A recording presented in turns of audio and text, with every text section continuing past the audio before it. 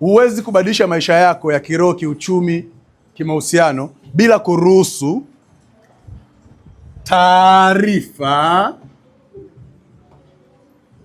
watu na matukio. Huwezi kubadilisha maisha yako ya kiuchumi bila kuruhusu nini jamani? Taarifa.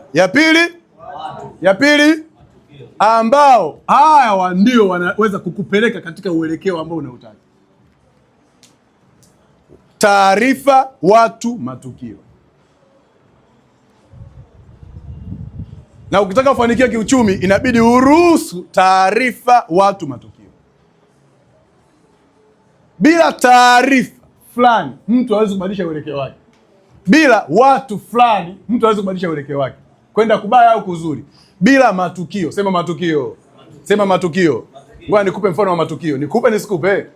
Nikupe nisikupe? Nionyeshe mdada anayesema wanaume wote ni waeleweki, ni wabaya, ni pumbavu, ni mbuzi. Takuonyesha mdada ambaye kapigwa tukio. Sema tukio. Kapigwa tukio. Nionyeshe mkaka ambaye anakuambia kwamba hawa wanawake ni wahovyo, mbuzi kabisa. Takuonyesha mkaka ambaye kapigwa tukio.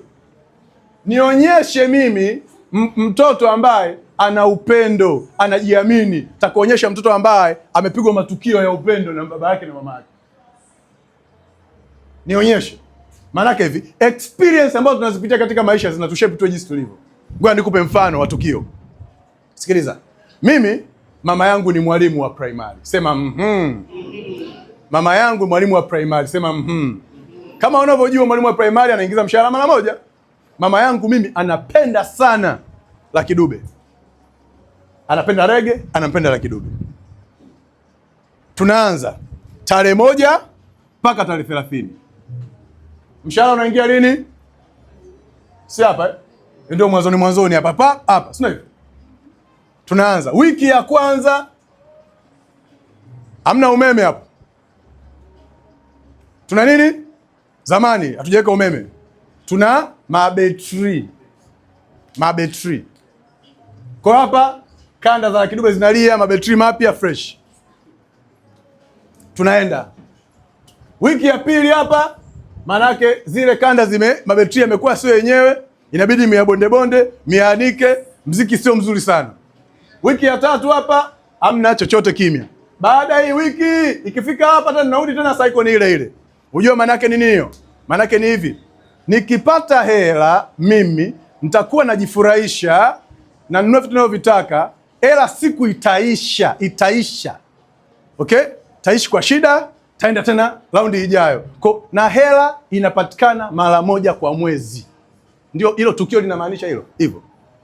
Inawezekana kwako ali make sense, lakini baadaye nilipokuwa mkubwa nikagundua kwamba okay, kwa akija mtu akaniambia hivi, inawezekana ukaingiza faida wewe ya 800,000 kwa siku moja. Hamna. Mimi tangu nizaliwe na mwana mama yangu anaingiza mara moja bana hela. Tukio hilo limeniathiri. Kuna wengine hapa kwao una tabia ya ubaili kwa sababu kwenu kulikuwa mna hela kabisa. Hakuna.